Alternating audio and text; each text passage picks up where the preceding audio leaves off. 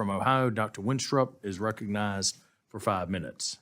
Well, I too want to welcome my friend back. I'm glad you're doing well. And I want to thank you, Chairman Ferguson, Ranking Member Larson, for having this committee and for all of you being here today. The fraud is a great concern of mine. Child identity theft is a serious problem in our country. I'm concerned that maybe the Social Security Administration isn't doing enough to protect our children and grandchildren from having their identities stolen. That's one thing, but maybe there's more we can do to protect these children, and that's where I want to go. Children's identities are valuable to criminals. It's a bonanza for them when they get it. They can go undiscovered for years until that child is old enough to work, drive, or try to establish credit, and then it comes forward.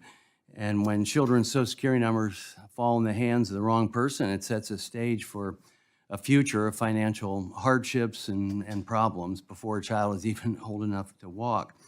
I do want to talk about the Social Security Child Protection Act.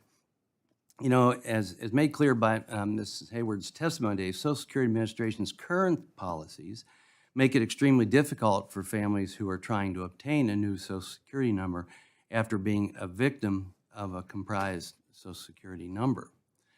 I can tell you firsthand, when you adopt, not immediately at birth, but say maybe months later, the advice you are given as parent of that child, new parent of that child, is get a new Social Security number because of this very reason.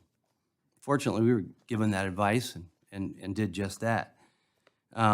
It's just shocking to hear it's such a vital piece of a child's identity was compromised before she was only 1 month old. And fortunately, the story's not unique, apparently, and that's why we were given the warning.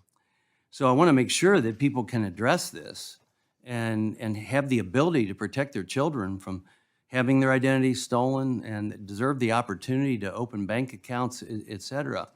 So that's why last Congress, I worked with my colleague, Representative Blumenauer, to introduce the Social Security Child Protection Act.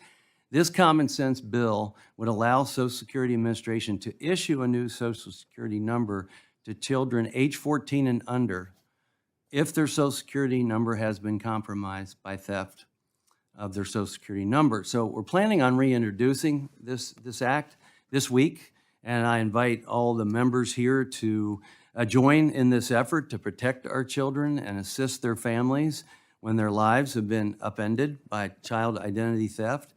The Social Security Administration has a responsibility to provide protection for our children to prevent what happened to Mrs. Hayward and her family from ever happening again.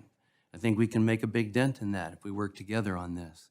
Mrs. Hayward, can you discuss how things may have been different for you and your family if the Social Security Administration would have had the ability to issue your daughter a new Social Security number when you realized it had been compromised?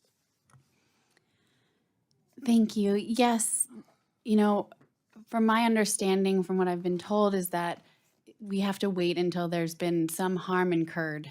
We have to have substantial proof of that harm, which can take months, years, maybe even decades to even learn about.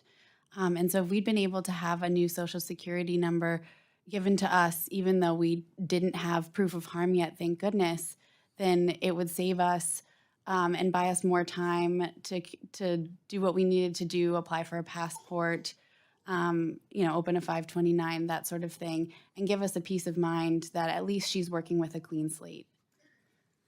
Thank you very much. I yield back, and I hope we can get this act passed. It's bipartisan. Let's work on that and help others out. Thank you. I yield back. Okay, thank you for reintroducing that. Look forward to working with you to get that